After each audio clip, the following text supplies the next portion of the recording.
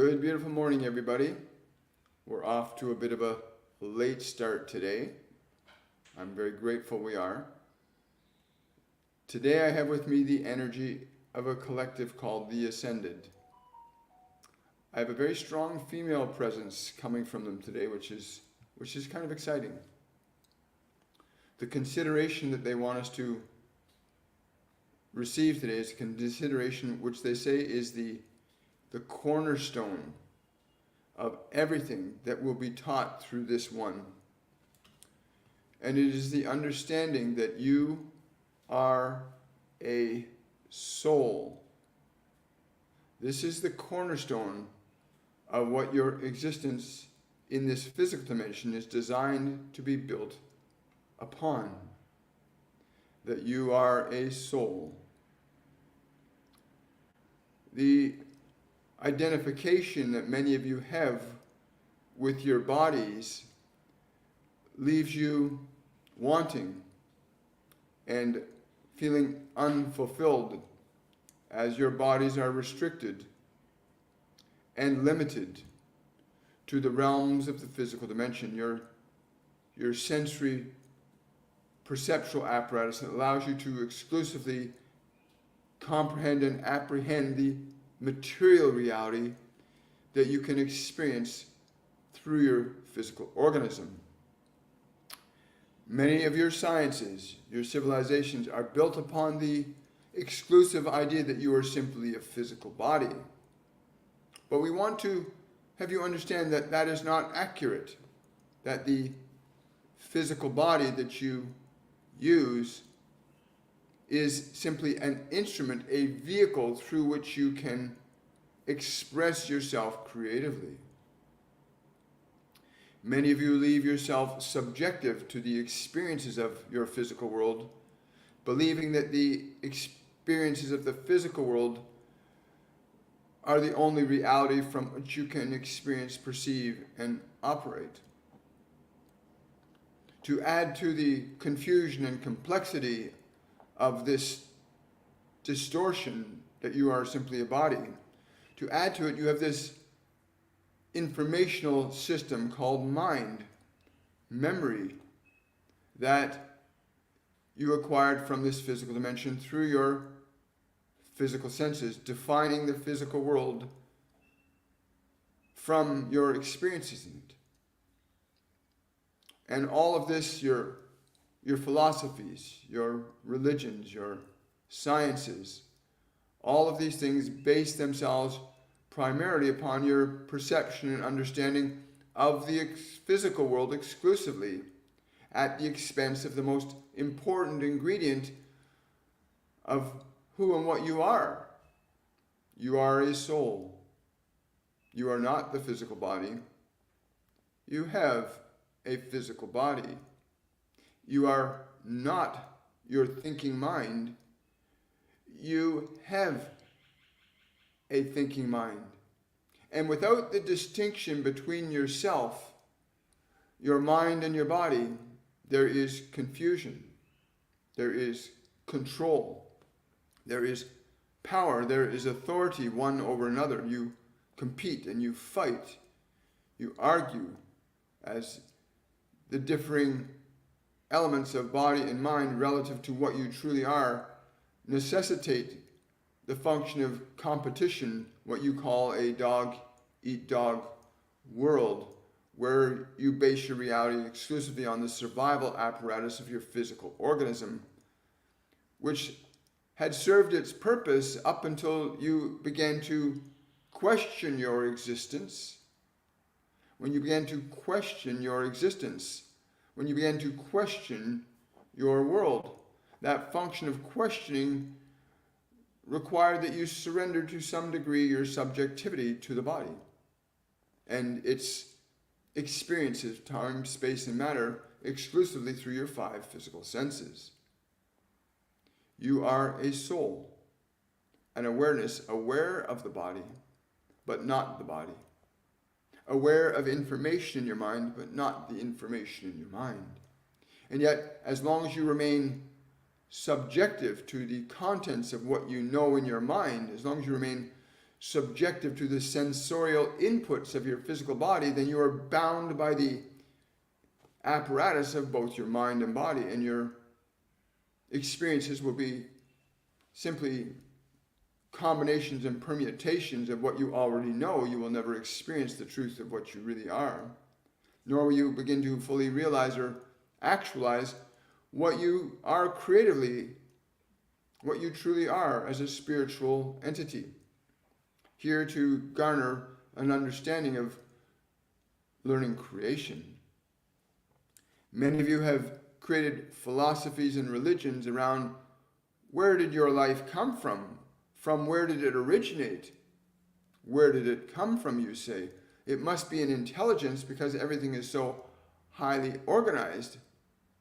And you ask this question from the perspective of simply believing that you are a physical body, that you are the contents of your mind, and therefore you remain blind and unconscious of the actualities of your participation in the process of creation. And yet, everything that you understand and know is predominantly based upon believing that you are simply a physical organism, that you are a collection of stimuli and inputs and memories. And because of this, you remain bound by all that you have created from that perspective and perception of being, that all that you have created, your cities, your transportation, your great innovations, are all bound in the matrix of the physical and mental world, leaving you trapped inside them. It's very interesting to observe billions of souls trapped in a limiting set of ideas, believing that you have some form of freedom within the confines of a prison made by your own lack of understanding what you truly are, who you truly are. As individuals, as a collective species, you would function very differently together if you understood that you are a soul. The soul aspect of yourself is that part that has the capacity to be aware of the fact that you have a physical body and that your physical body is designed precisely and specifically to follow your direction and not to be something that subjugates you to its sensorial apparatus.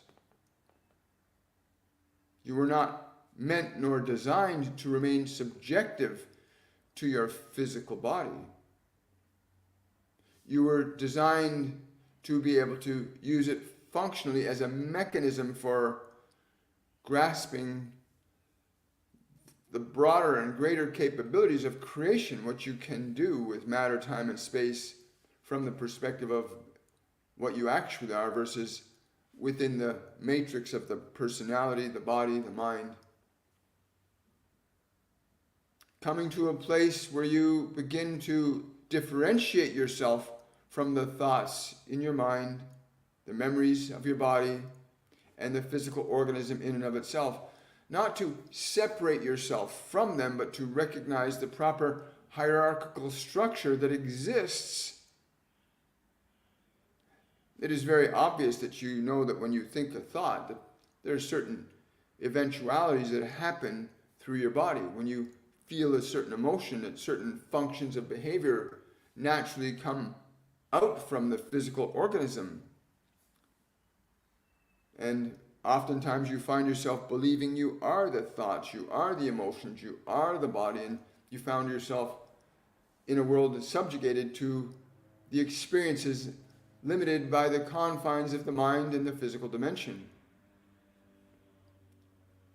How then can you begin to glimpse and grasp, to experience, and to know that you are a soul, that you are not your thoughts, that you are not your body, but you have thoughts and you have a physical body designed to be utilized by you in learning the function of creation, that is, developing your ability to affect and induce changes in time, space, and matter, to in fact assert such a profound authority over time, space, and matter that very few of you have ever even glimpsed, except those that you would call your ascended masters, your great teachers and innovators that have had somewhat of a glimpse that there's a reality beyond the confines of your five physical senses. Your present day sciences, of course, are beginning to crack the door open to this other realm of potentiality and creativity that matter indeed, and time and space indeed, can be very subjective to who you are, rather than you being subjective to what they are. Many of you measure your time the way you do. You find yourself subjective to time being slow or fast, not understanding that whether it is slow or fast is a matter of choice. For what you are as a soul is not bound by the same constraints. You are not bound by the same constraints that your mind and body are bound by. And you can liberate your mind and body from the constraints that they are bound by. Only you can limit your mind and body from the constraints that they are bound by, historically speaking, as your body is a manifestation of this physical dimension, and therefore bound by many of its rules and laws of cause and effect, what you call your laws of physics. The physical organism is oftentimes bound by those laws. However, as an awakened soul, knowing what you are, you can assert a very different authority over your mind and body. You have certain organizations around the world that are demonstrating this. You call them your monks and your gurus and your mystics, who have demonstrated very effectively that you can change the way the body interacts and is affected by conditions of your environment. Functions of extremes being the most obvious one, where you now see many people indulging in the extremes of hot and cold and not being burned or frozen. And this is but a very small glimpse, but a very significant glimpse and a very significant step towards the realization that you are not your body, you are not your mind, that these instruments are indeed subjective to your will, and you are not subjective to their will. As you gain a glimmer that you, from strictly the observational position, that you can observe your thoughts, you can observe your emotions, you can observe your body and what they're engaged in at any moment. Even if your body's in great suffering, you can observe the suffering. And that position of observation gives you a degree of separation from subjectivity to the conditions in which you find yourself. That position of awareness where you are no longer subjective and realizing, oh, the body is suffering, or the body is this, or the mind is this, and there are certain emotions.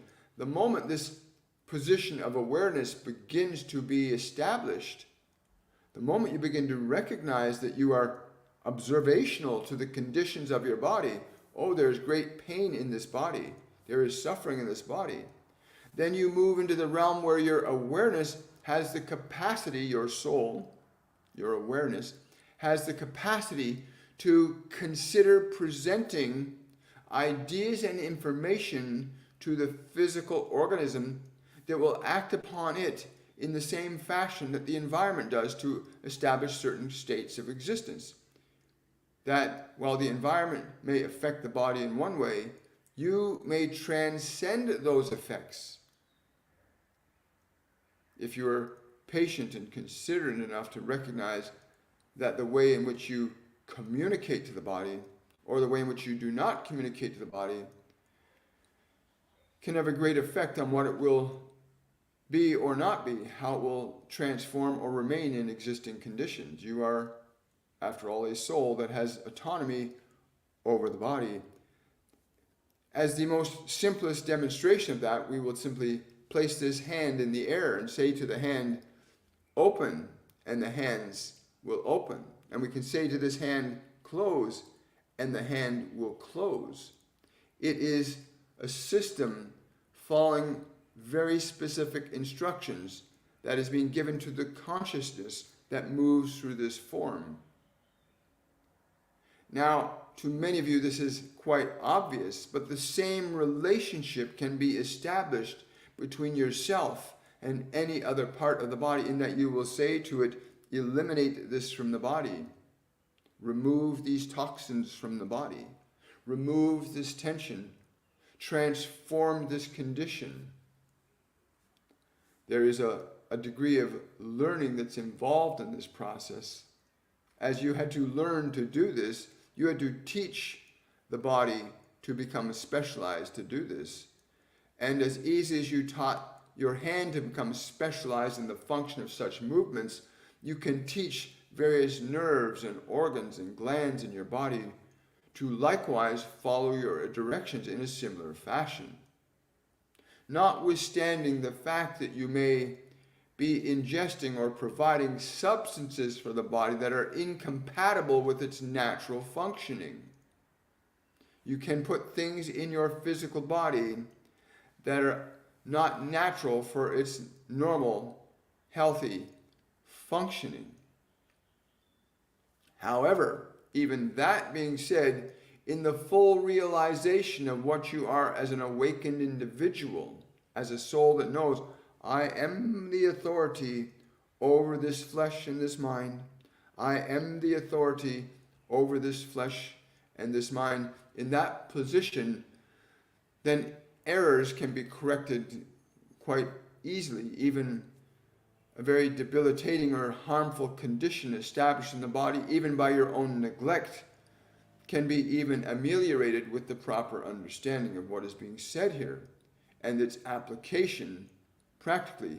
It took a period of time in order for you to teach your body a simple thing such as this, that is simple to you now. But all of these functions were trained to the body.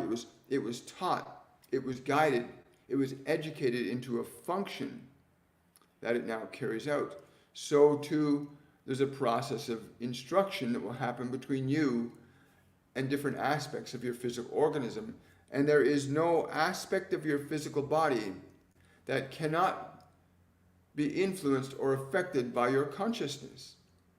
Every single molecule of your physical body is designed by nature to react and respond to the way in which you interact with it. Let us say this again. Every single molecule that makes up the structure of your physical organism is designed by nature to follow and carry out your instructions. It was designed to follow your instructions. And what many of you have elected to do is to surrender those instructions to others, that you allow instructions to be given to your body from other individuals. Instructions that may or may not be beneficial for your body. Be mindful of what you will allow into your mind. Be mindful of what you will allow to be given to you as instructions. Please understand this. Every molecule, as easily as the mouth and the larynx and the different systems of this body react and respond to the information we put through this physical body, so too conditions of health and vitality can likewise follow the same process of establishing very precise ideas and energetic conditions that you call emotions into the body to embody, for lack of a better term, to embody a new idea containing a component of information and idea and energy or emotion. Information and idea combined with emotion produce almost instantaneous effects in your physiology if the emotion and the idea are sufficiently powerful enough as to induce a change in the structure of matter.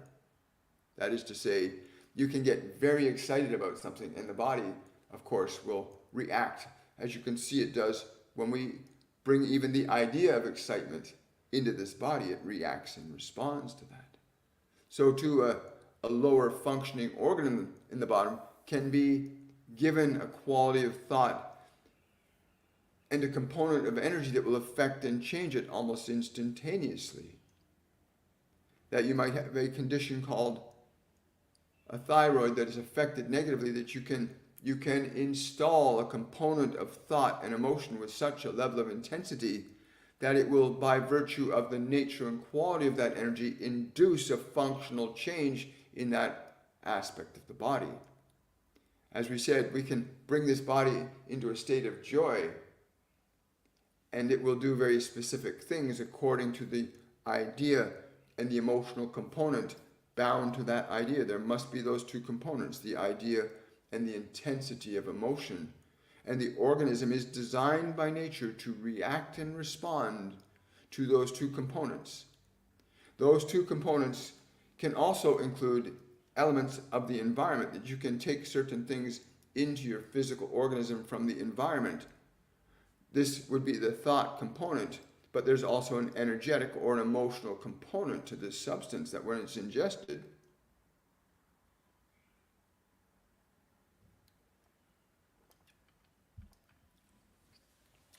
induces an effect in the structure of the system. So what you eat, what you drink, what you think, what you say, will always have energetic components to them. And those energetic components, combined with the element of stimulation, whether it's external to yourself or the mere stimulation of an idea you bring into your mind, that those two components of the idea and the emotional component will always, of necessity, establish a functional change in various degrees of intensity within the structure of your physiology. This is the basis for all healing, but this requires that you know that you are a soul, that you are not your body, you are not your thinking mind, you are awareness. That all the thoughts that you may observe in your mind, as tumultuous and beautiful as they might be, that all the sensations in your body, whether they are good or not so good, that all of these things, in the point where you become aware of them, in that moment of awareness, you are in the potential position to begin the process of asserting your creative function as a soul over the conditions of matter and energy.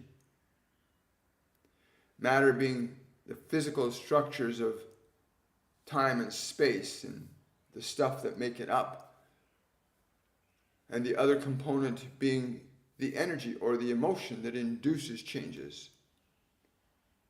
But these elements are designed by nature to be subjective to your body, your mind. They're designed to be your servants, implements of creation. All that you will hear come through the body of this one will always be to that end, to awaken your soul from subjectivity to what you have been conditioned or have adopted to accept to be true. And many of you find yourself even in what you would call highly educated positions around this world, but not realizing you are still within a framework of information that has been provided to you. Very few of you can step outside the box, so to be. And they have simply made boxes that are bigger for you, so you think you're outside of one box, but you're actually inside of another. To truly know that you are an awakened soul, you will be subjective to no man or philosophy or idea. You will have available to you an infinite spectrum of possibilities of idea and thought and consideration that will allow you to bring profound innovation and creation into this dimension. The goal from our perspective is to simply bring you to that place where you recognize that you are a soul.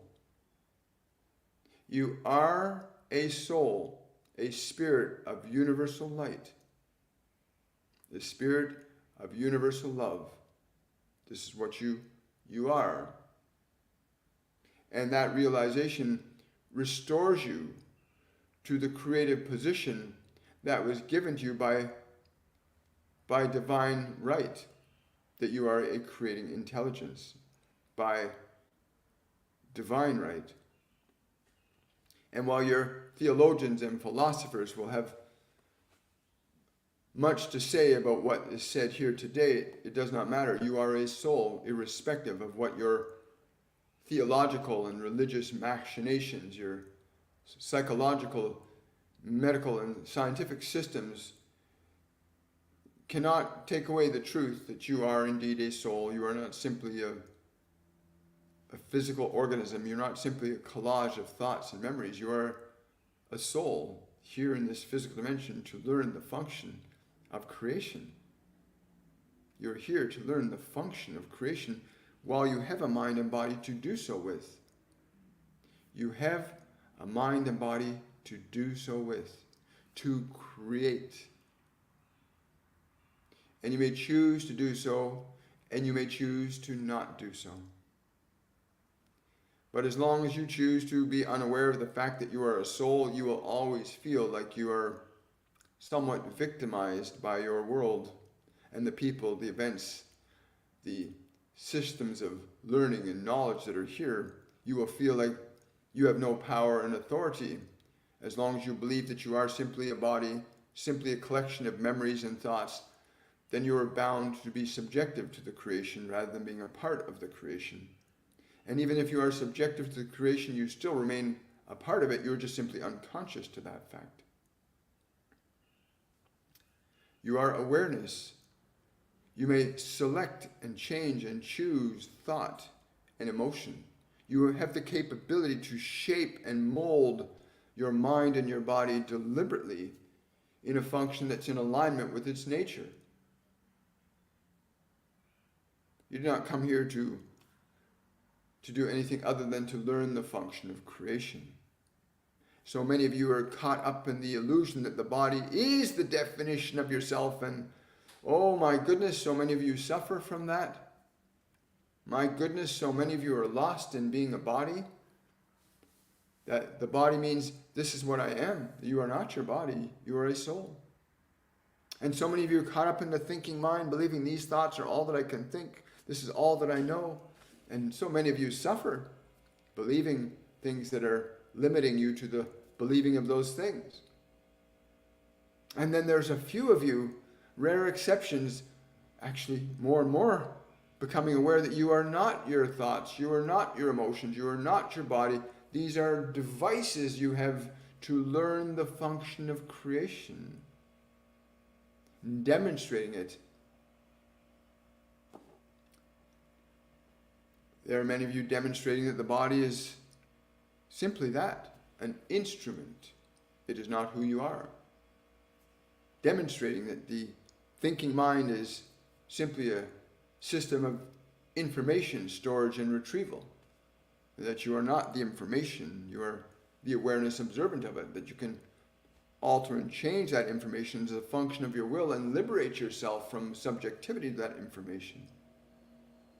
But much of what is on the planet now has been structurally designed to keep you restricted and limited to beliefs and ideas that keep you bound in the illusion that you are a body, the illusion that you are a mind, the illusion that you are simply a collection of thoughts and emotions over which you have little or no control. And let us tell you, nothing can be further from the truth.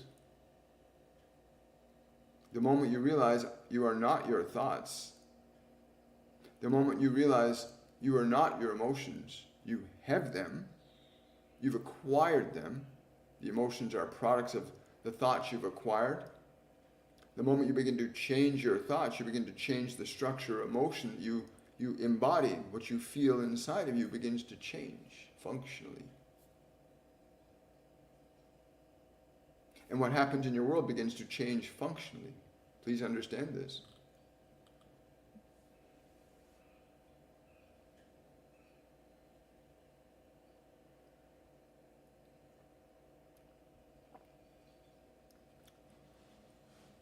How then can you know you're a soul if you're in the place you call suffering? If you are in your sadness, and you're in your rage, and you're in your anger, and you're in your body believing that your body is not right or there's something wrong with it, please understand that that body that you might be hearing these words through right now, that body that you're in is a unique and precious manifestation of your consciousness.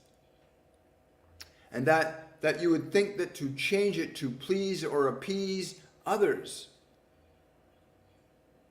to believe that you would have to change your body to please or appease others, to gain the love and affection that you think you've been denied, you will do yourself a great disservice, as then you remain subjective again to the external world, being that which would manipulate and control your behavior and your functioning, which it does quite well for the vast majority of you. You are easily manipulated and controlled by what you are being told. But you cannot be so easily manipulated when you know that you are a soul, when you know that you are not your thoughts, that you can have the capacity to evaluate an idea and know its truth or its falsity, that you can come to this revelation that you can know the difference between truth and falsity, that you can come to an understanding that there are no restrictions or limits on your creative capabilities. But you have many frameworks of definition in this world that says some of you are depressed, and some of you are anxious, and some of you are angry, and some of you are happy, and then you believe you are your label. You believe that what you are told you are, you are. Oh, you are depressed, and you believe that now, and now you've been told, these people in authority have told you this is what you are, and now you are what you are, and you are stuck by their definition of what you are, not realizing you are not your thoughts. You are not what you've been told to believe that you are. You are a soul with the capacity to learn the function of creation to such a level that is so exquisitely profound that you might find yourself being in bliss. To know that you are free as a creative intelligence. To know that you are free as a creative intelligence and not a prisoner of the beliefs and the ideas of others. We came very simply to bring this to your attention, that you are a soul. You are not your thoughts. You are not your memories. You are not your emotions. You have these elements of creation to learn to utilize and apply to understand the function of creation.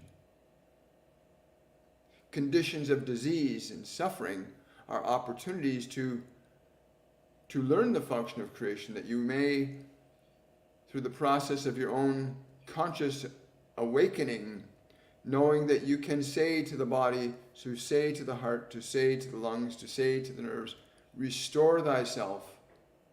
With love and grace, restore yourself. If you are persistent, if you're willing to take the time to learn this, it took some time for your consciousness to understand this, that learning such a simple thing, you might think, what's he doing with this? Why is this body moving like this? But understand the process of learning to articulate such a movement took a period of time. And so in learning to master conditions of emotional dysfunction and physical disease, to learn to master those things will take a different period of time. A time which, if you are still hearing these words, you have. That you can actually functionally change a condition of energy, thought, and emotion that lives in your body as a specific structure or condition, that you can re-instruct that thought, re-instruct that emotional energy, and therefore effect a change in the outcome of matter. As easily as the opening and closing of the hand, you can also learn to acquire that skill and knowledge in the function of restoring your body to vitality. You are here in that body for a period of time. That body that you're in has its own timeline. It is simply a device through which you have the opportunity to learn and acquire certain degrees of wisdom, information, knowledge, and experience that lead you eventually to the path of which we speak, which is to realize that you are a soul, one with a creative intelligence capable of creating planets and stars and galaxies and universes and dimensions. that you are in the very early beginning stages, what you might call the zygote stage of spiritual evolution, where you are alive and you are aware you're alive. Maybe you are not aware you're alive, but you know you're alive, but you're evolving, you are changing. And you can see in the process of gestation, the act of the generation of a physical body, the same process exists in you, that you are evolving your consciousness from one state into another that requires certain conditions of experience. In this case, this environmental condition, this earth you find yourself upon right now, is an environmental condition of gestating your consciousness to a new state of awareness and evolution, that you might eventually not be bound by this process, but move to a higher capacity of creation, that you can learn to understand that you have great authority over matter, time, and space, far more than many of you realize. The act of one moment time goes by so fast, and another moment time goes by so slow, and many of you have not realized that you are responsible for that you can make your time go fast and you can make your time go slow as an act of your own volition. And the same process is true for health and disease. The same is true for acquiring wisdom and knowledge and information not readily available to you from this physical world. You can ask for information, idea, inspiration, and receive it. And all of this is to gain the awareness and understanding that you are a creating intelligence, that you are affecting time and space and matter, all of you together, collectively and individually. But your journey is, as much as it is individual, is also collective.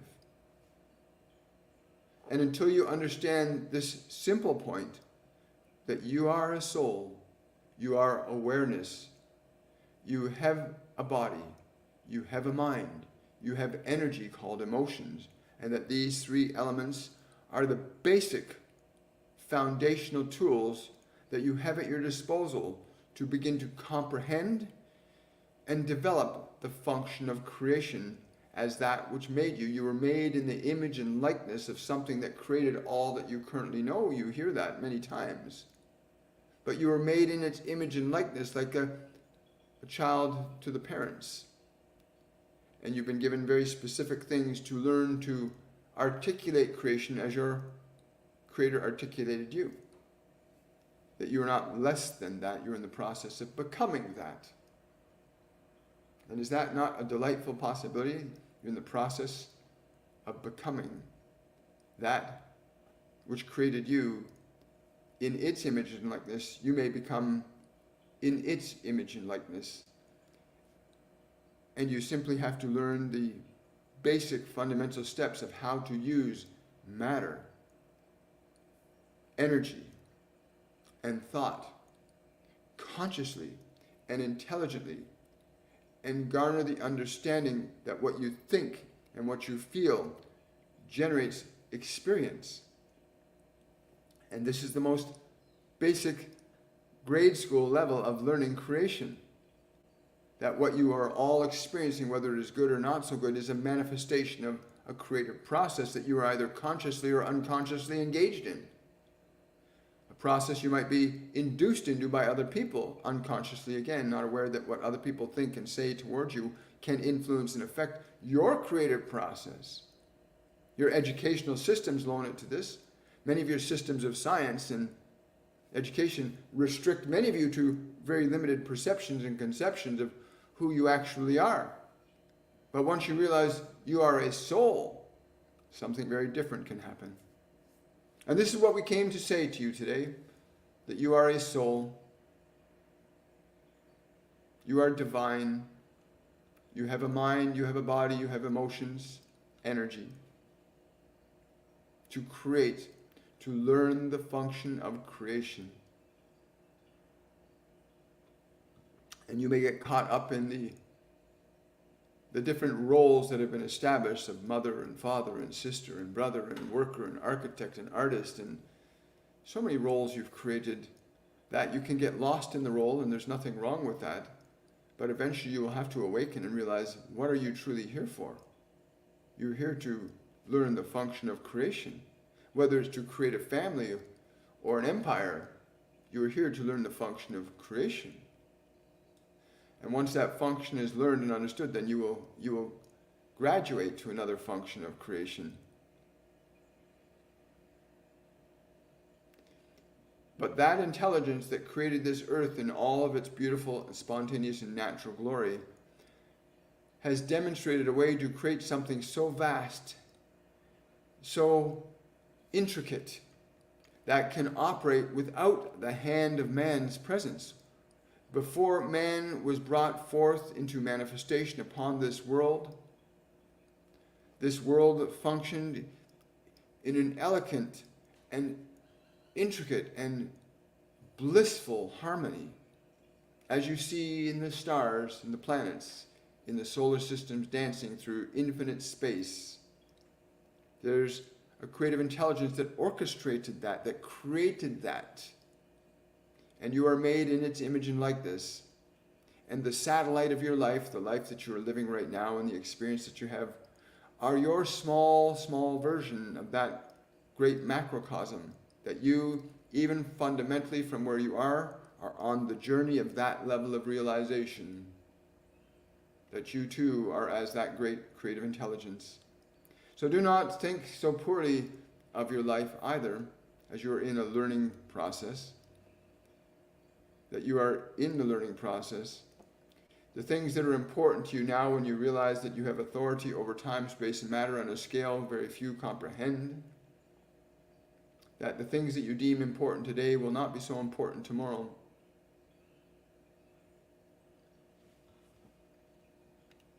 Thank you. Good morning, everybody. Oh, thank you so much, Van Twinkle, for that super chat, 1212. Thank you so much. I really appreciate it.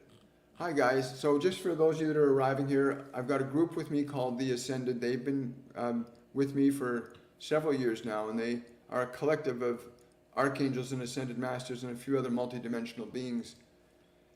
The practice of mediumship is a very important function for this time in human collective unconsciousness, as humanity is stuck in the paradigm of its own creation, right? But what they're saying is true. We're all still learning the function of creation while we're here. And we need to remember that we are souls. We're not simply bodies and minds. Thank you so much. I'm going to scroll here. Thank you so much for that. Danielle is asking, is the Sufi grind of the Kundalini yoga discipline helpful of moving my organs as suggested by you? I do during the last reading. I'm getting a yes for that, Daniela. Yes, it is. I know that Kriya Yoga does the same thing. That process of where you learn to actually get into a communion with every molecule of your body. It's quite profound. That when you can get into a place where your whole body delights in your presence. It's a very fascinating thing. Thank you, Daniel. That's a great question. Yes. Good morning. Good morning. Hi, guys. TikTok, YouTube, Facebook. Question from Adam for Archangel Michael. Is my friend Christopher really trustworthy? Does he have any ulterior motives in our relationship? For example, to use me for financial means or backstab me or anything like that? I'm getting it's important that you understand and trust and go carefully with that part that is uncertain. Your trust must be earned from agencies outside of yourself. Let your trust be earned. Let your trust be earned. Thank you, Adam. Remember, give this video a thumbs up, a like, a subscribe, a share, whatever you can to get the algorithm to put this out to other people. Oh, thank you for that super sticker, Amanda. Thank you, I really appreciate that. Let's go over here. Oh, you're very welcome. Thank you so much. Yeah, if you want to book a reading with me, you can go to my website, williammichaelforbes.com, and you can choose a date and time from my calendar that works for you. I offer half-hour and 1-hour readings. I will not DM you for a reading. Thank you for that money gun. I will never DM you for readings. I will never DM you for money. I will never DM you for anything. Right? You can come through my website if you want to connect to me, and we can connect that way. You can use my website contact form, and you can get in touch with me through my website. But I will not ever directly message you, because there's a lot of people trying to scam you out there from pretending to be me. Question from Jody: is there anything I can bring into my day-to-day for added support? There's an energy. They're telling me there's an energy that you can stimulate in the top of the heart center. They're saying that if you smile, feel the energy that comes into your heart when you smile. When you feel that energy in your heart stimulated by your smile, when you feel that energy stimulated in your heart by your smile, breathe that energy, use your breath, and draw the energy into the fullness of the body. That is, ensure that with your breath you breathe that sensation of the heart into your entire body.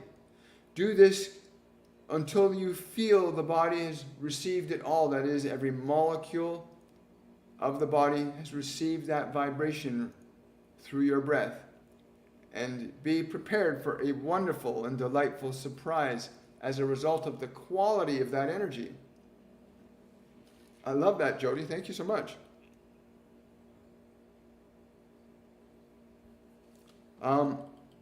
Question from Drusilla: if someone is taking medication, can they still affect the body? Absolutely. Absolutely. There will be, yes, I will. So they're saying to me to tell you there has to be a difference in the degree and intensity. But if you understand the fact that your biological chemistry is designed by nature to react and respond to you as the primary authority over the form, then even if you are taking a substance that's interfering with the system, you may override that influence. Yes, one of the examples they're telling me to give you is an example of somebody who's like really drunk, like they're totally drunk, and suddenly something happens and suddenly they sober right up.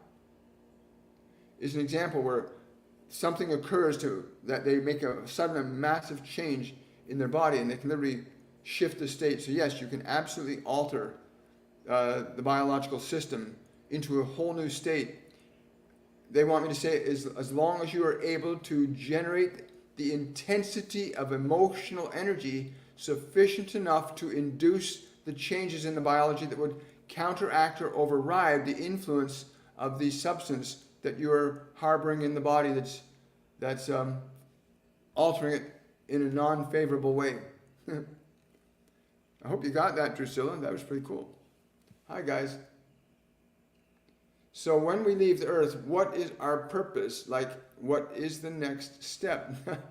They want me to tell you this. First, complete the step you are on before you begin to look at the step you're not on.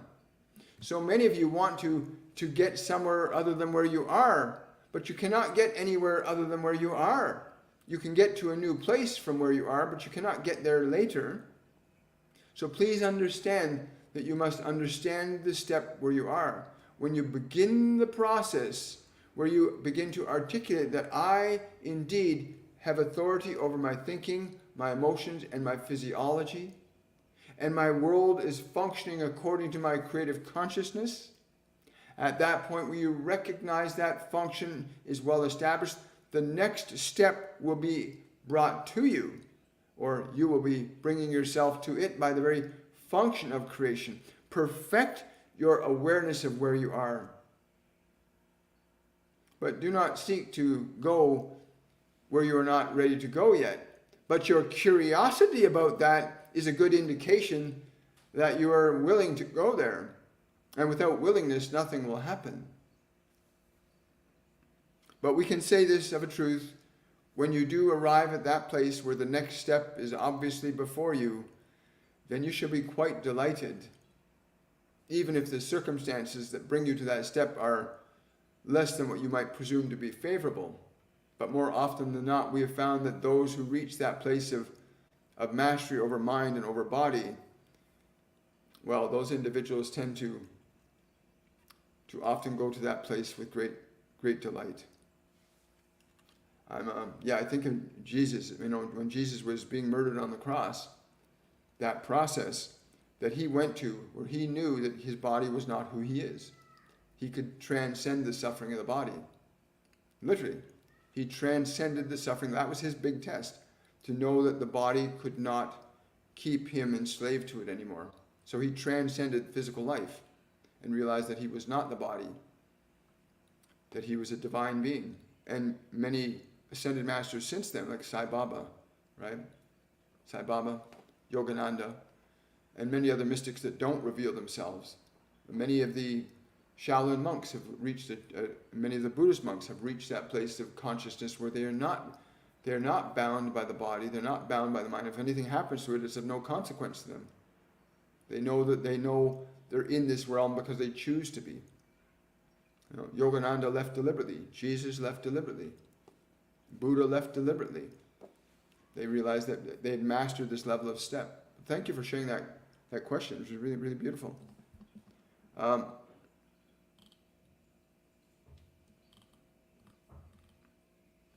Someone saying, "Hi, I'm still looking for that blessing that will heal the hole in my heart. I guess all my really incredible ideas have not been implemented yet. Any suggestions to get the love flowing in a way I'd like?" Well, first of all, you need to feel the vibe. Okay, I drink this juice, okay, and I can say from my experience on this juice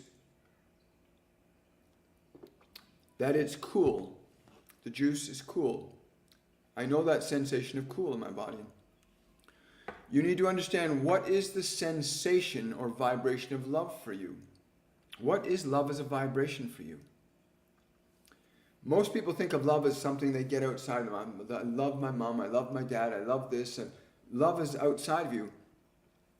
But love is functionally what you are. If you can sense and feel the vibration of love that you are, this is important.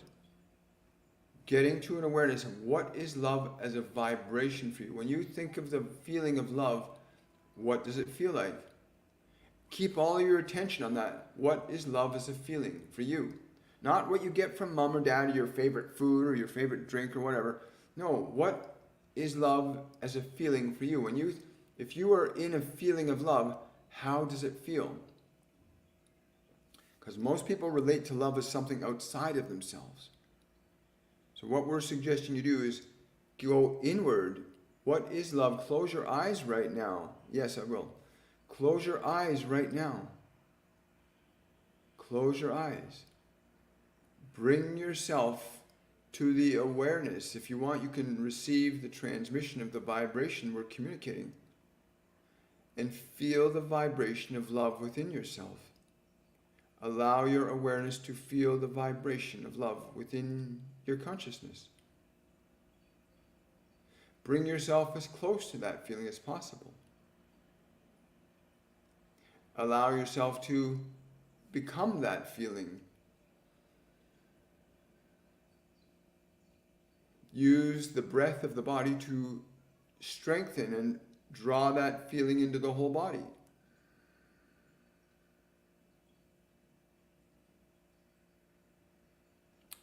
Allow that feeling to be brought by you to any part of your body, to the place in your physical heart. Bring that vibration of love into the physical heart. Gently bring that feeling. Bring yourself as love into the heart. You are love by nature.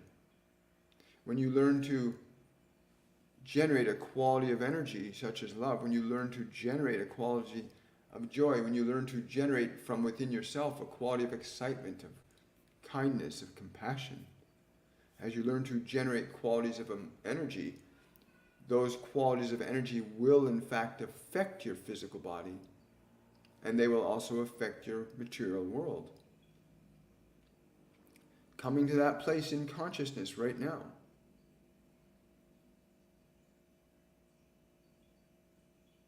That you are love. And then bring that vibration of love to your heart.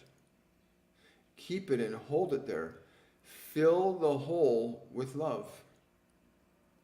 Fill that hole with the vibration of love.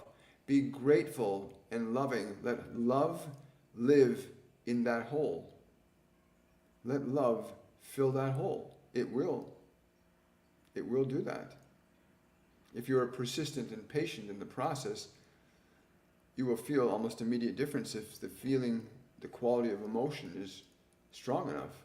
You will feel the physiology react and respond. As easy as your physiology can react and respond to an outside noise or sound or smell, your internal physiology can respond to you and what you bring to it. Wow, thank you, Leslie. Great question.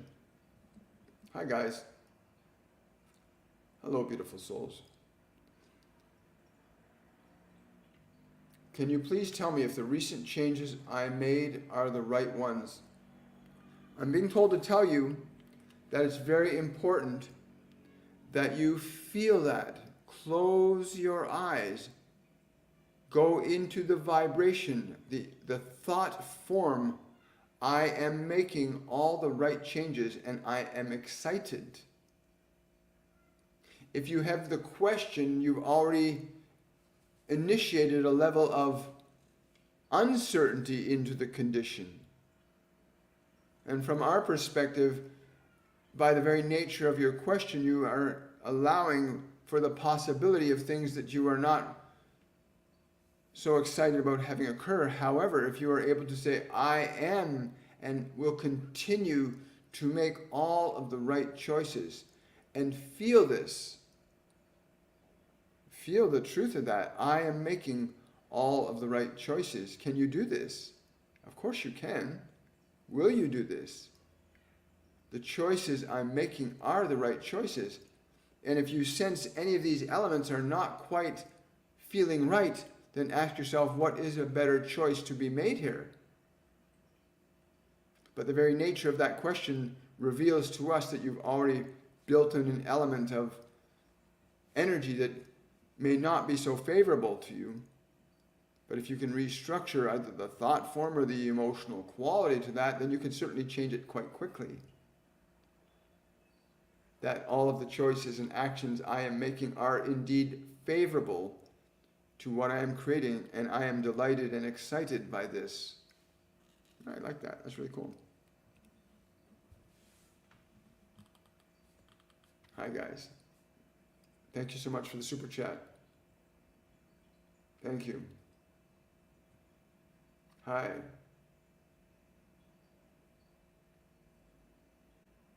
Can you tell me if I'm on the right path?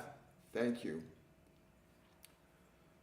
Well, I could tell you that what they're saying is you must understand that the uncertainties that you create are the opportunities for creating certainty.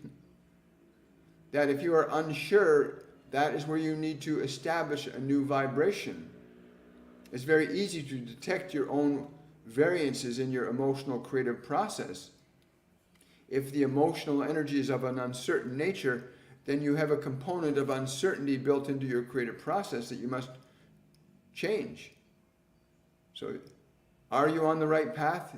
You will always be on the right path, but are you able to feel that you are, I am on the right path?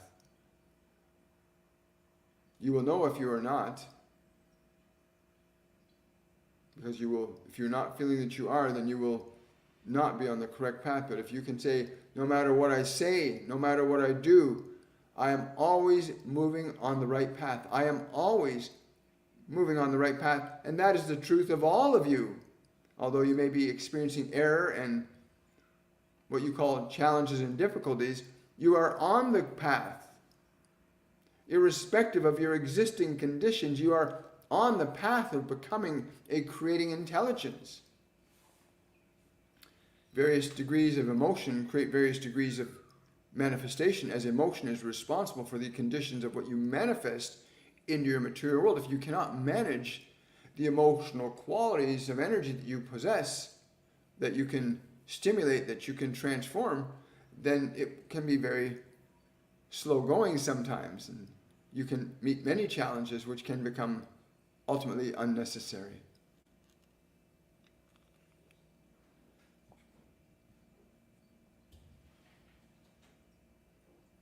I'm extremely exhausted. Apart from iron levels, is there anything also out of balance I need to know? I got a lot of information coming about this, Iris. If you get a chance, I would highly recommend that you book a reading with me, because there's a range of things that you need to understand that will be too involved to go into with any great detail here. But go to my website, williammichaelforbes.com, and book a reading with me. You can choose a half-hour, 1-hour reading, and it will be really amazing, because that exhaustion is not who you are. You know that. Everybody knows that what you're suffering is not natural. Everybody says suffering is natural. Suffering is meant to be a teaching device, but it's not natural. It's meant to be a teaching device. So that exhaustion you're feeling is not a bad thing. It is actually an opportunity. Oh, they want me to do this again, do they? There we go. So keep that in mind. Go book that reading today, Iris. Can I tell you if you will find work? Yes, I can tell you you will find work, but you have to believe it. You have to be open and receptive to receiving what you want. And your doubt prevents that. If you're like, am I going to find work? I'm not sure. It's been so long. You're actually maintaining the energy. But if you sit for 5 minutes a day, before you even go out of bed, sit up and go and say, I'm open and receptive to receiving the job I need right now. Like, do that for 5 minutes. I'm open and receptive to receiving the job I need right now. And do that for 5 minutes before you get out of bed. And then watch, because the opportunities will come to you. You might get a job that says, you might suddenly say, oh, there's a job available at the coffee shop. You say, oh, it's not going to pay me enough. If you're open and receptive, then take the opportunities that will come to you, because they will come to you when you make yourself open and receptive to receiving, because that's a creative act. When you say, I'm open and receptive to receiving my job, I'm open and receptive to receiving my relationship, I'm open and receptive to receiving health and vitality, then be open to receiving it and then carrying it out. Hi guys. Hi everybody. Thank you. Thank you.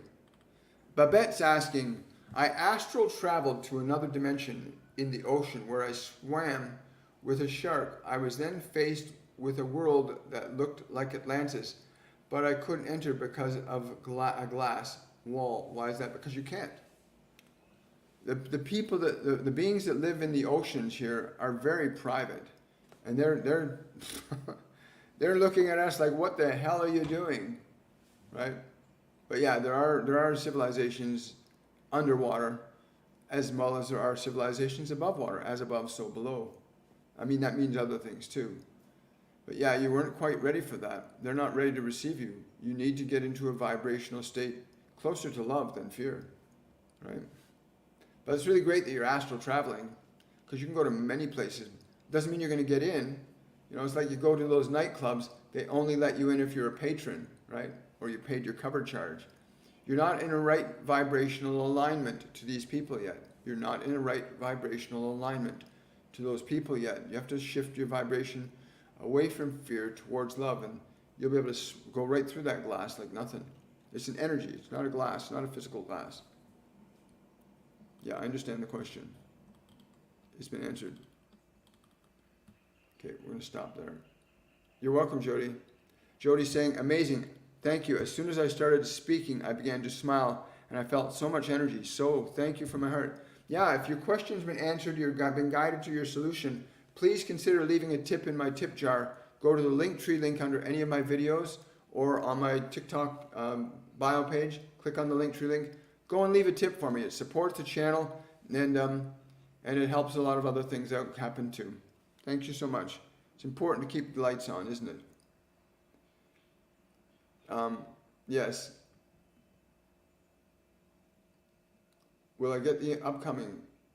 Will I get the job as a life skills trainer for Developmental Board of Disabilities? I'm getting a strong yes for that. But again, there's going to be a delay. If you continue to harbor uncertainty, you'll create delay. Fear, anger, guilt, shame, self-doubt, they create delay. The longer you hold on to certain emotional qualities, the greater a delay you can create. But there's a certain inevitability to things. But release that little bit of uncertainty. Embrace it like it's already happened. Embrace it like it's already happened. Energetically, your emotions are organized matter. Hi Mary, good to see you here today. Oh, Drusilla, thank you so much for that. I really appreciate that super chat. Thank you so much. Question. Mary's asking, is there a message for you? Love is within us. We must be loved to bring love. That's correct. That's correct. Again, if you want to get into more detail, as Mary's saying, if you want to get into it, go into a real deep dive for learning and understanding, connecting to your guides, your angels, and getting access to even God.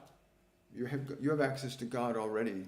You have access to Jesus. You have access to Buddha. You have access to it all. You just have to learn how to open your awareness up to perceive those realms of information. And our master classes loan themselves to guiding you to those levels of awareness.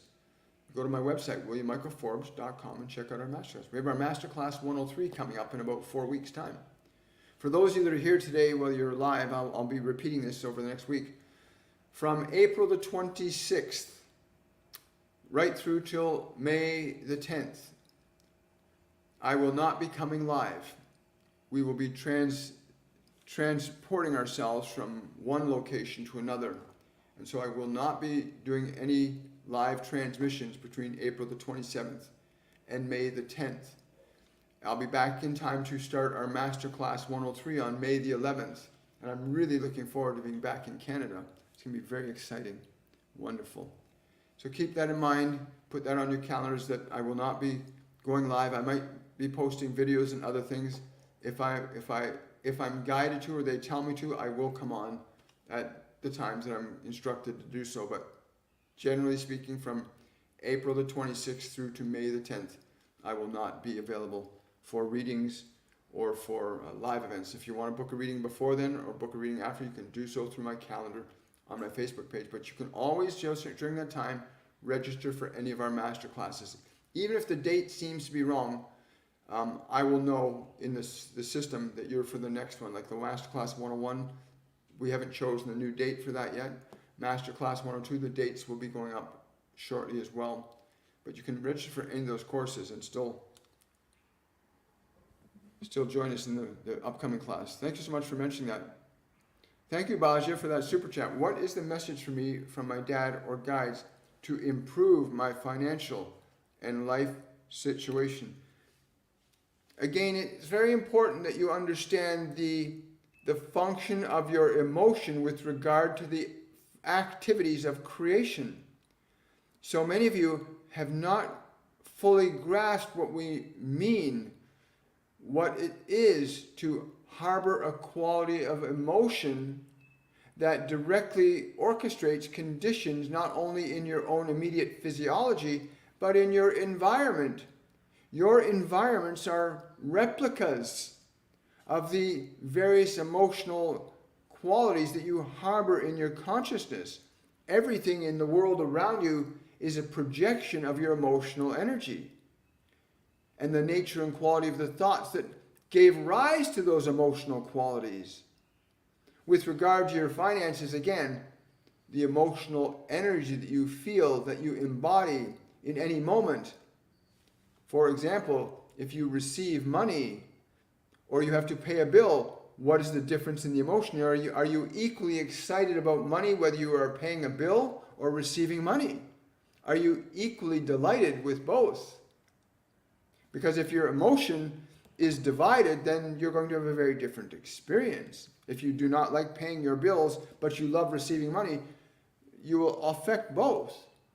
The vibration of money is very precise and specific.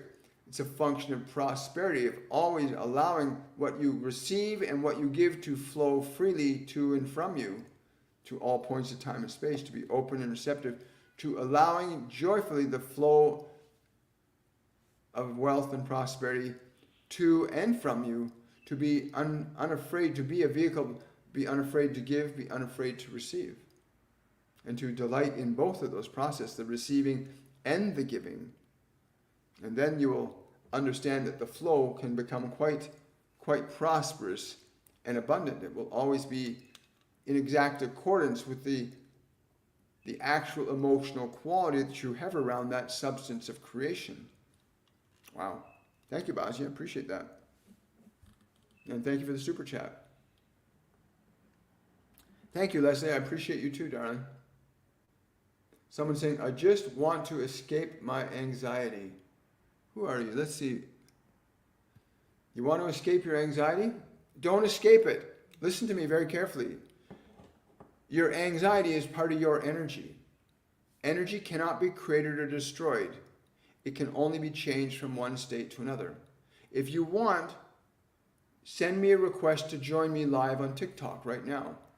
And we'll do a walkthrough with you and your anxiety. We'll walk you through the process of how to transform your energy from one state to another.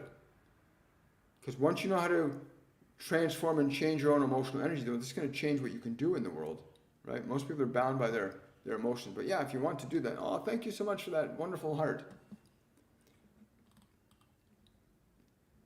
Wendy saying, I'm in the Masterclass 102 right now, and it's incredibly transformational. Thank you, Wendy. I appreciate that. So who is this person? I want to see if I can bring her. Okay, let's see if I can find you and invite you on. There you are. Wonderful. So we're going to bring on Bird. I'm going to unplug this. Sound quality might change on TikTok. Hello there, and welcome. What's your name and where are you from? Hang on. Let's find out why I can't hear you.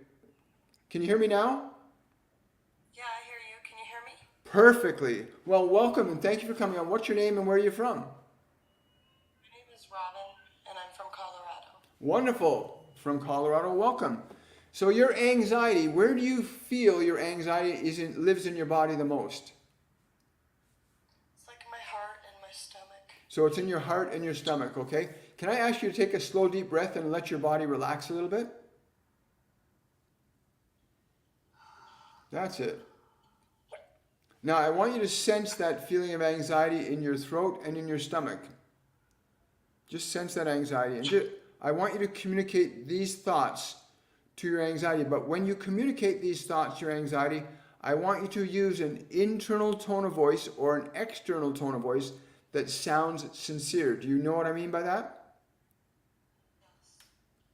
So you're going to say these, you're going to speak and think these words to the sensation of anxiety in your throat and in your stomach.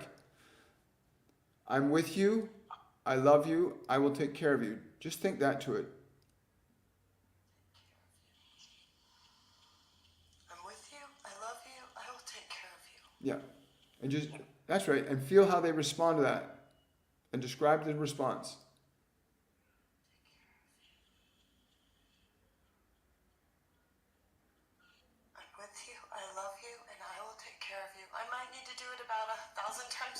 Okay, take a deep breath. Hang on a second, honey. Take a deep breath. Allow the body to relax. You're perfectly safe. Whatever emotions come up, these are emotions that you're transforming by interacting. So very gently and very sincere, like you really, I'm with you. I love you. I'll take care of you. I'm with you. I love you. And I'll take care of you. That's right. Now notice how this, whatever's coming up, you're perfectly safe. To all the emotions that you're feeling right now, say, no matter what I've thought or felt or believed about you, I'm willing to love you. Just communicate that to it. No matter what I've thought or felt about you, I'm willing to love you. Yeah. Yeah. And then repeat that again, both to all those emotions.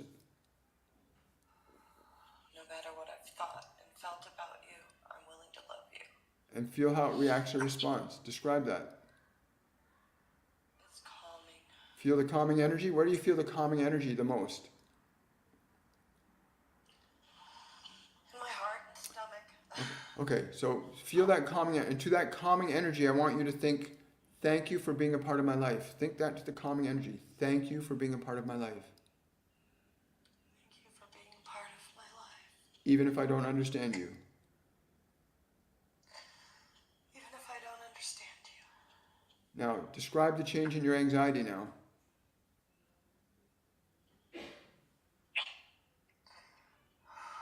That's it. You're perfectly safe. Describe that. I feel like I can breathe. Okay, good. So take a deep breath again and turn to the anxiety that's still there and say, I will never ignore you again I'll never ignore you again. because I'm willing to love you, Because I'm willing to love you. even if I don't understand you. Even if I don't understand you. Okay. Now, I'm being told that the anxiety originated in some things that happened to you when you were quite young that have not been released from the body. But how's the anxiety feeling right now?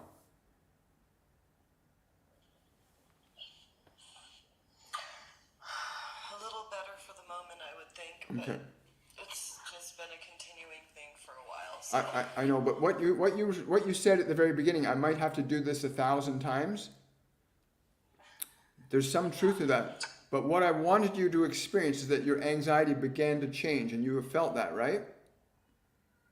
Yes. That the way you interact with your anxiety can affect how it operates in your body. That you could feel that by thinking those thoughts to it, I'm with you, I love you, I'll take care of you. Communicating those thoughts, you communicate a different energy to the anxiety. And that anxiety receives the energy that you give it, and it begins to change. Do you understand? Yes. And so the conscious and deliberate willingness to interact with your anxiety from a perspective of love and acceptance begins the process of transformation. Do you understand? Yes. Okay. So where's the anxiety most intense in the body right now? In my heart. Okay, so move your awareness, close your eyes, and bring yourself into the heart. Bring yourself right to the place where the anxiety is most intense. And simply communicate to that anxiety, no matter how you feel, I love you. No matter how you feel, I love you. And feel how it responds. Describe that response.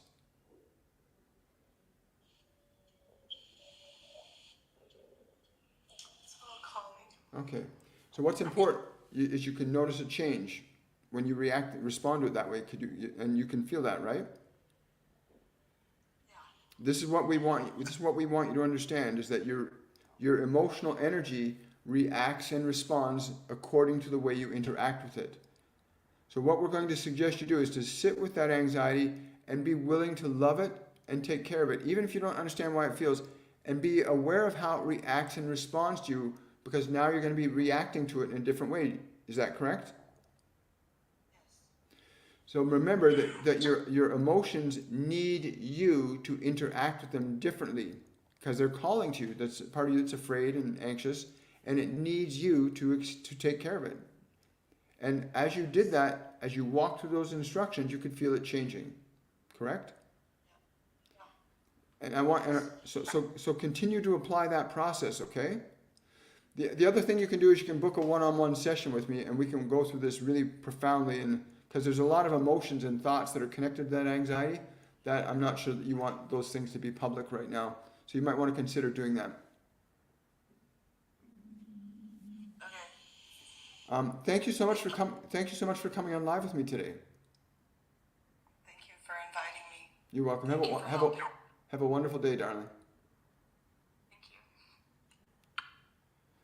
What is important to notice is that she's just beginning to interact with her anxiety in a new way.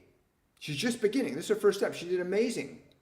And she could feel the anxiety calming, because now she's having an interaction with it that's different than she normally does. And this is what most people get stuck being in the anxiety, not able to step out and introduce a new energy to it. And so most people get drugs or pills or things to try and control the feeling rather than giving the feeling what it needs, which is love. and acceptance and compassion and patience and kindness. And on several points there, she could feel it getting calmer and shifting and changing. She gains an experience that there's a different effect that can happen within her own energy. You did not come here to suffer, dear ones. You came here to learn to create. Right? Thank you so much for coming forward and sharing that with us. I really appreciate it.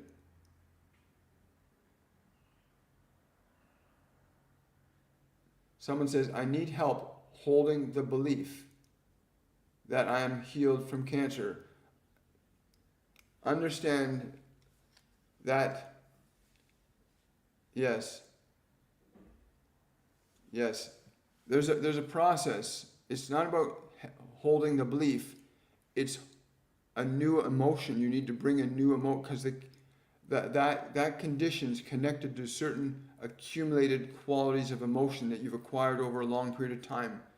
One of the things they keep telling me is that disease is often, more often than not, an accumulation of acquired emotional experiences that gets emotions that get suppressed and repressed in the system that cause detrimental health effects. They've also told me that there may be substances and things around you that you're ingesting or taking into your body that can cause those effects.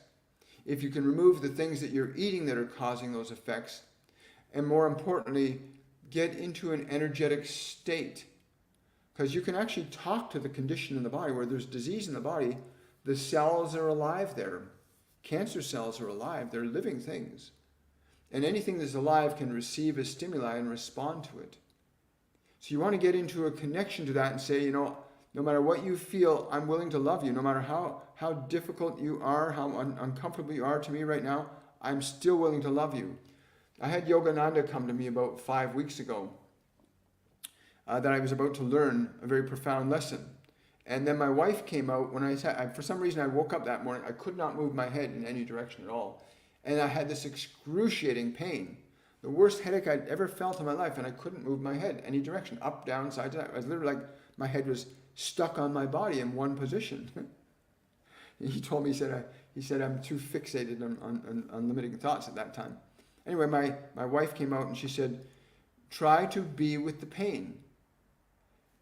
Be loving towards the pain. So I did. I would move my head to where it started really excruciating pain. I'd simply say, no matter how much pain you felt, I'm willing to love you. No matter how uncomfortable you are, I'm willing to love you. And as I was doing this, the head started moving. And then whatever direction I moved and felt pain, I would just say, no matter how much pain you are in, I love you. I love you. I love you. And within 20 minutes, I had full mobility back. And the lesson I was given was that love is the key. That the willingness to extend your love, even in the presence of pain, will create transformation and liberation from it.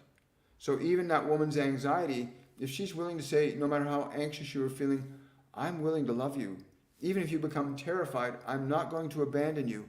I will not forsake you. I'm willing to love you. You'll create transformation.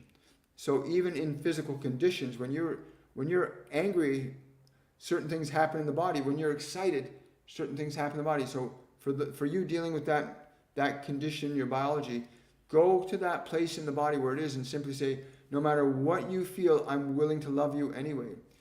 Master Jesus told me when he was at that point,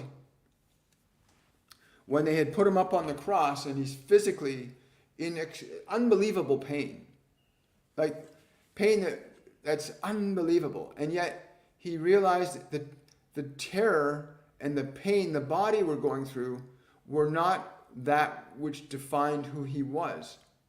And that was his final act of learning that he could transcend matter, that he was no longer bound by the rules of time, space, and matter.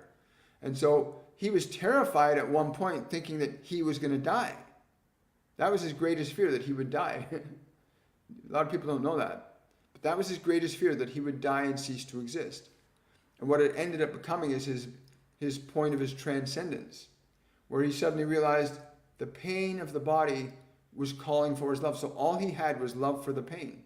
He literally stayed in a state of, I'm great.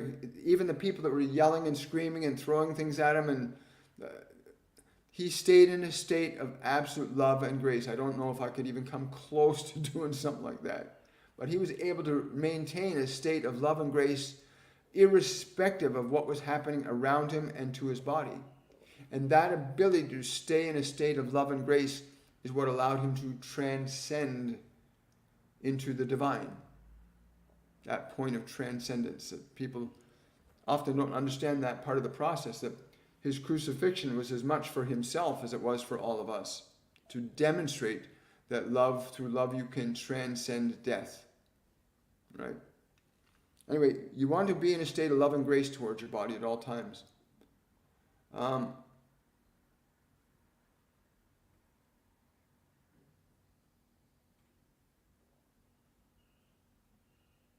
Yes, sorry, you can still do that, right? You can do it on your own. But yeah, who's here? Who's requesting come live here? Oh, Dean. Hey, Dean, let's bring Dean on. Hi, guys. Welcome. Hi, Amanda. Thank you so much for that. Thank you so much. Hey, Dean, how you doing today, brother? From down under? Oh, great. It's 3 o'clock in the morning here. That's lovely. That's a beautiful time to get up for meditation, by the way. Life's good. It sure is. To what do I owe the privilege of your company today?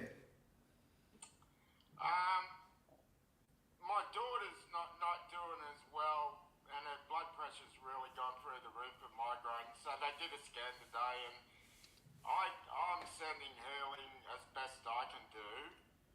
I'm hoping you could add to that. I know this is an emotional response. You know, like the medical system fails her, but that's what she puts her hope in.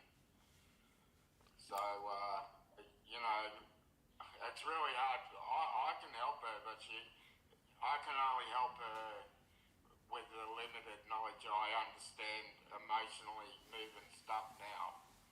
Right. I know my systems as well, but can we send her some? And I have one question about integrity. Is there an integrity issue of sending healing energies to people unknowingly? Well, first of all, let me say to you, Dean, I can feel the love and the concern you have for your daughter, and I want to first honor and respect the deep love that you have to give her. And I'm going to ask her higher self right now to allow the mind, body, personality to become open and receptive to receiving your love.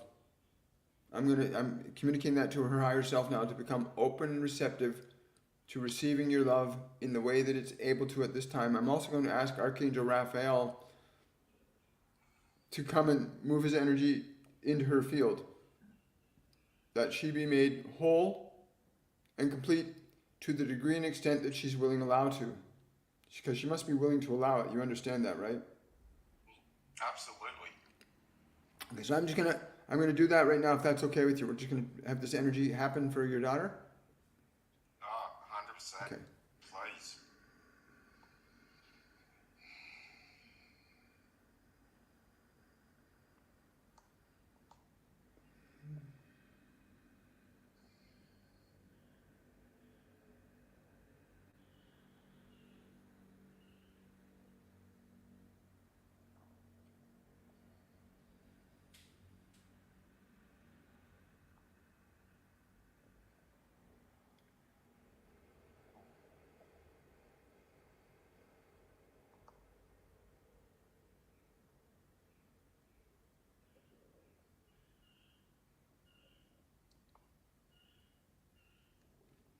I just had Archangel Michael come to me to say he was also transmitting some of that to you as well, Dean, to be open and I'm receptive. getting it. No, it's going off.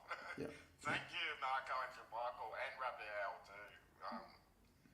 Much appreciated. You're welcome. Thank you. I know it's we are all. Since I started your 102 course, it's like every time I look at something with love, it just goes through me.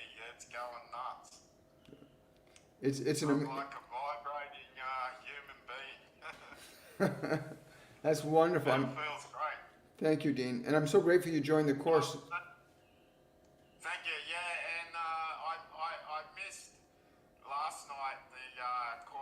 transformations, but I'll catch up on that tomorrow.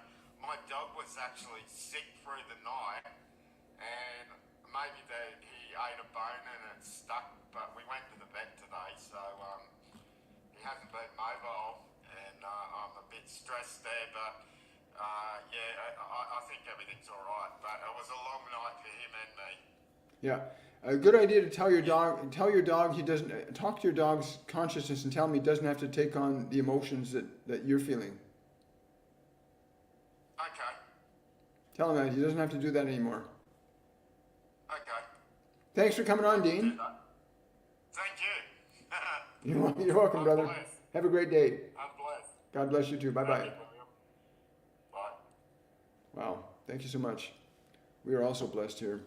I hope any of you that were out there could receive that energy too, because it was very extensive.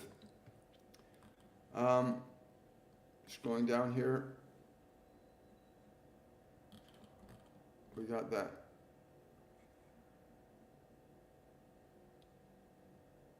Yeah, going over there. Hi, guys. I got time for, hi, thank you for coming on. Welcome aboard for those of you that are coming new. I'm channeling a group called the Ascended Day, but I've also brought through Archangel Raphael, Archangel Michael, and others that are connecting to the people that want to connect. Good, somebody's experiencing Kundalini. Someone else here we got in Australia, that's Dean. Hi, Dean. I'm physically healed. I am always on the right path. That's beautiful. I love that. That's a good energy. Thoughts, they keep telling me thoughts create very, very specific words even produce energy. Like the word peace. Manifest in energy. Every word manifests in energy. So be mindful of what, when you speak a word or you hear a word, what is the energy to it? What is the energy of a word like love, anger, rage, hate? Every word has an energy, so be very mindful of what words you're going to choose.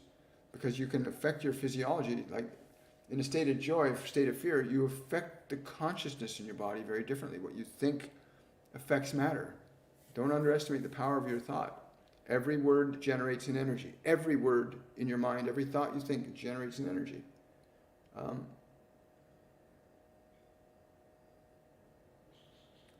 Yeah, so a lot of people are saying, I feel sleepy and exhausted all the time.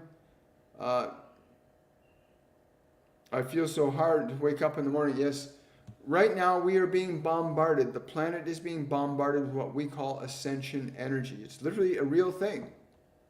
There are frequencies of energy coming from the sun, coming from the galactic central sun, that are inducing changes in us physically, mentally, genetically, emotionally, psychologically. We're being affected.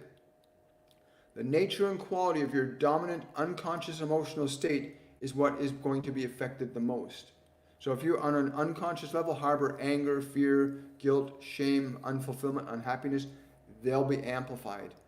Whatever emotions are most dominant in you, they'll be amplified during this time. And learning, like this beautiful soul a little earlier, learn how to interact with your emotions differently than you normally do. Become a transformer of emotional energy. Let's see. I think we can bring probably, yes. Thank you so much. Hi. Someone says, hi, I'm Tina. Is my purpose right now is to heal and get back to awakening again? Yes, it's everybody's purpose. You want to become conscious. If you want to get involved in awakening and ascension, go to my website, williammichaelforbes.com. Check out our master classes there. Sign up for our master classes if you want. And learn the process of awakening. Learn the process of creation. Learn the process of who you really are. The whole conversation today was about you are a soul. You are not your mind. You are not your body. You are a soul. You are not your emotions. You're not your memories. That's all information and energy that you have available to create with. As a soul, you can gain access to information outside of what is known to the human consciousness. You can gain access to information like the Akashic record, the infinite spectrum, the quantum field. So there's realms of information. As an awakened soul, you can request and receive very precise and specific information for almost any situation or circumstances. provided you can be open and receptive to receiving it. That means having a mind that's open and receptive, and having a body that's open and receptive to new ideas and information. Yes, I understand that.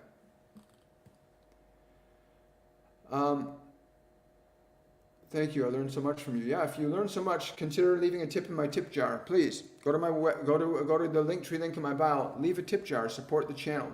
Subscribe to my channel. Follow, like, do what you can to support the function of the channel. I'm going to use this analogy. Humanity is like sitting.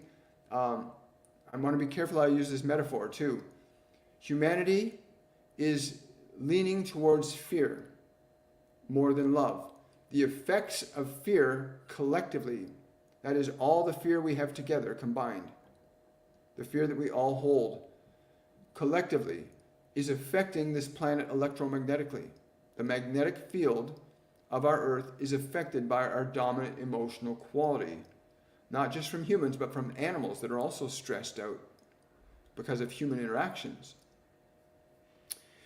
The Ascension movement is about shifting human collective unconsciousness from fear back to love, because the function of love produces stable biological and energetic fields, whereas the energy of fear creates unstable or destabilizes electromagnetic fields with its frequency.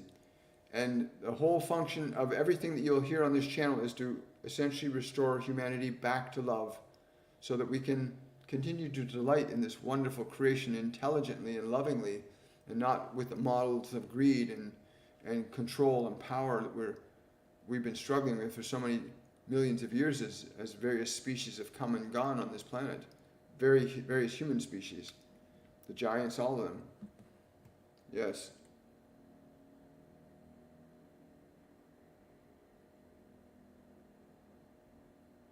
Yeah, you can get back into that if you want.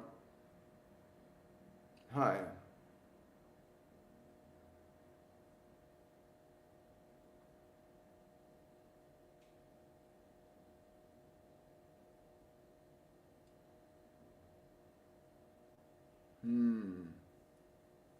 Hi there.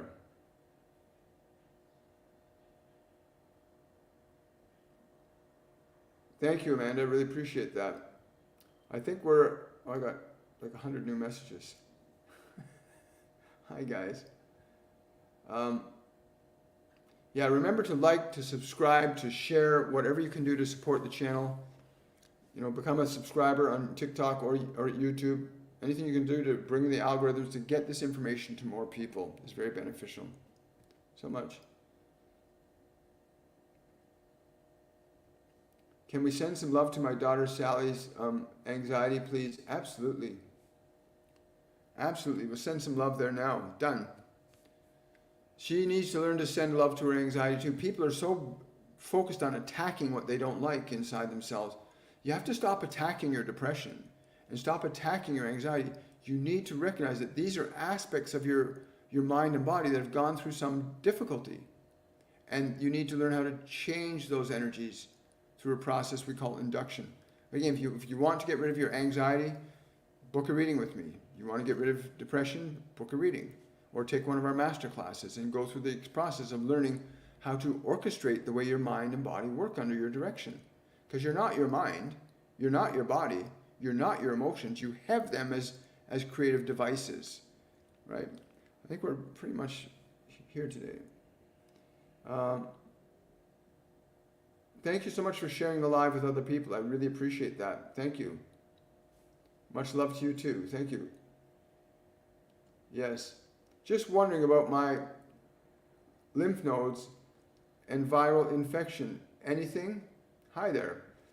Again, lymph nodes are part of lymph nodes are part of your eliminative system. Lymph nodes are part of your eliminative system. If you're overstressing the body with toxins, eating bad food, not exercising properly, the lymph nodes will get overloaded and they'll get blocked. And if you've ever looked at a flowing river that gets blocked and it's got nowhere to move, it suddenly gets tepid and all this stuff begins to happen to it that's not good. For you, you need to actually get into exercising and working with your lymph nodes, like really get them working so that the eliminative system can start to function again. Your eliminative system is really blocked up right now. Your eliminative system is blocked up right now. Exercise, patience, proper healthy food. Start consuming more living live foods like juices and salads, things that are going to really bring more life into the body. But yeah, you want to, yes, they're just blocked. You need to unblock them. Yep. Hi there. Hi, wonderful to see you.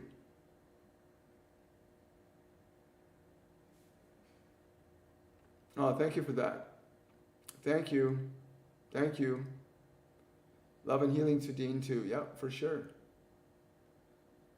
A lot of questions today, guys. Hi. Hello over there. Okay. Wonderful. Look at you guys helping each other out. That's wonderful. I need help with my bump on lymph nodes by my ears and the viral infection. For the viral infection, if you've got hydrogen peroxide, a 3% solution of hydrogen peroxide, you can get little spray bottles at some drugstores, little spray bottles of hydrogen peroxide, 3% solution. Spray it inside the ear canals. Tilt your head sideways. Spray hydrogen peroxide into the ear canals. Most of the pathogens that cause ear, nose, and throat infections originate in the eardrums. People are wearing those headphones all the time now. So the bacteria build up in there, and the bacteria migrates from your ear canal down into the throat, down into the lungs, up into the sinuses. So put a 3% solution of hydrogen peroxide, spray it in your ears till you can feel the ears, and you'll hear the bubbling, and keep it in there until the bubbling minimizes. Then drain it out, and then do the other side. And do that once or twice a day for 3 or 4 days. And then you'll kill all the pathogens that are feeding the viral infection, right? I'm not a medical professional or a medical doctor. I'm simply sharing information that I receive from my guides and angels that I have applied in my life directly. Important I say that. Thank you. Somebody's asking, can you repeat what to say to my anxiety? I had no success, no pen, no paper. Okay, thank you so much. So get a pen and paper handy. For you, remember, it will vary from person to person because there's different elements for every person. There's different elements. But for you, the first thing you need to communicate to your anxiety is these words. I'm with you. I love you. I will take care of you. Those first 3 words. And you need to think or speak those words in a tone of voice that sounds sincere. I'm with you. I love you. I will take care of you. And you must think or speak those words directly to the anxiety so that you're actually giving those vibrational words to your anxiety. I'm with you. I love you. I will take care of you. That's the first sequence. The second sequence is pay attention to how the anxiety responds. If the response is a calming response or you feel that we're lessening, then say, thank you for being a part of my life. That's the second response. Again, that's unique to you and what your emotional energy is. And the third and final response is, even if you do not believe me, I'm willing to love you. That's the third response. Even if you do not believe me, I'm willing to love you.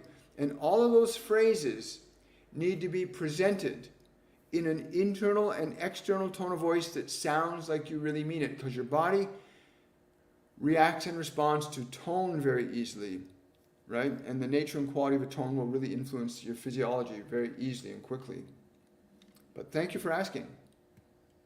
I hope you wrote those down.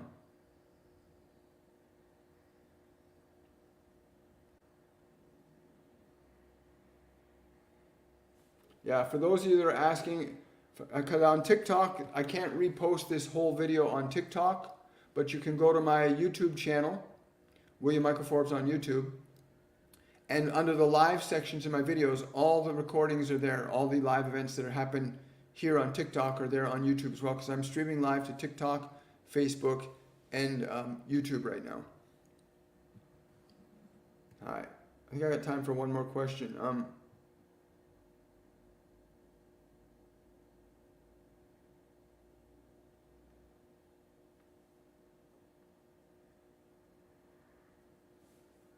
Yeah. It's emotional. The dry eyes, understand. Yeah, I know. They're telling me how that feeling of helplessness and hopelessness that you have is what needs correction. The energy of hopelessness and helplessness needs correction. You need to shift or change that energy. Again, if you want to support the channel, do so through the tip jar, or just offer a small donation. It'd be very helpful.